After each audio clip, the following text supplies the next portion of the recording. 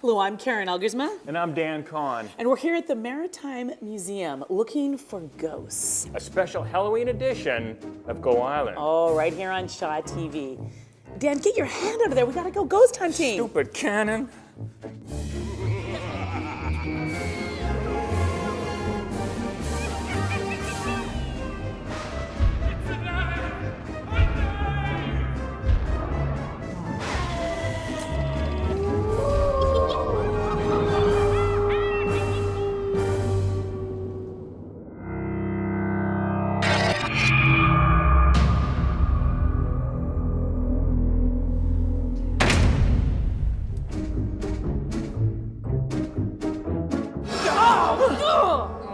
Karen. Dan, you know I'm a little freaked out here at the Maritime Museum. I know, it's a little eerie. Yeah, you know, I've heard over and over again from so many people that this place is haunted. Yeah, I've heard that, but I've never seen that. Well, that's why we are bringing you the very special Halloween edition of Go Island today, because we're going to get to the bottom. We are. We have two clairvoyant mediums who are going to check this place out to see if there is really some paranormal activity.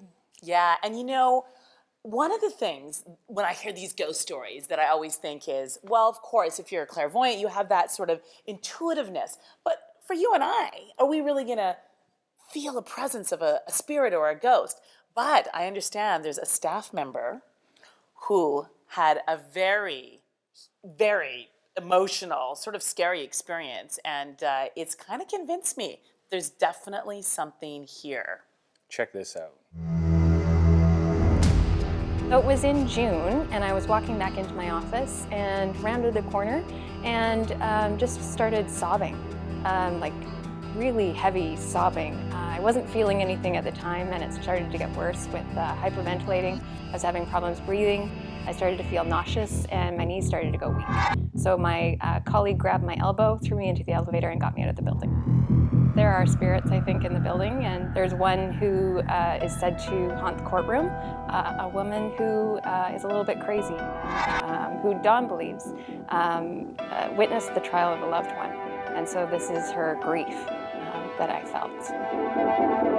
If that story didn't give you a chill up your spine, I don't know what would. But joining us now, two clairvoyant mediums from Victoria, and this is Dawn Kirkham, who was the person in Chrissy's story, and also joining us, another clairvoyant medium, is Deb Dirksen. Thank you both for being here. Thank you for having us. Deb, what is it like from your perspective being in here? I don't see anything, I don't hear anything, I don't feel anything, but from your perspective, what's going on? So initially, I didn't feel much until we walked into the back room. And when we walked into the back room, it was a very crowded room. So while it visually looked like there were 5 of us there, was probably more like 50.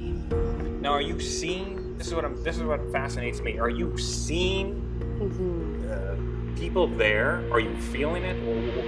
I think for me that's the hardest thing to describe, because if you, I think best if I said, if you looked at me right now, you got an image of me, and now you closed your eyes and tried to picture me, that's what it feels like. And now just visualize at the top of your head a ball of white light. See this white light as it passes clockwise over all of our heads,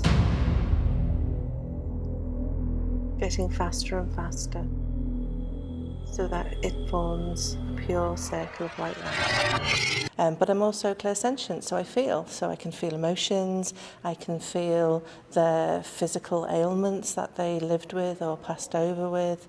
And so, you know, you use all of those different senses to kind of build up the picture of the spirit that you're interacting with and to bring forward their story. I often say I'm a spirit storyteller. So they have something that they want to tell us, and I do my best to share that with the world. These very intuitive women do in order to make sure that the experience is not scary, but it's holistic and it's healthy, is they have a ceremony. Continue to watch this white light as it fills the circle. And as we breathe normally, we're bringing in this white light into our body. So spirits, they're in non-physical plane. Their energy is light and high vibration. We're physical beings, so we're dense and sluggish. So in order to have that communication, we have to raise our vibration. They have to lower theirs a little bit. And there's this kind of bridge in that, allowing us to communicate with the spirits here in the Maritime Museum.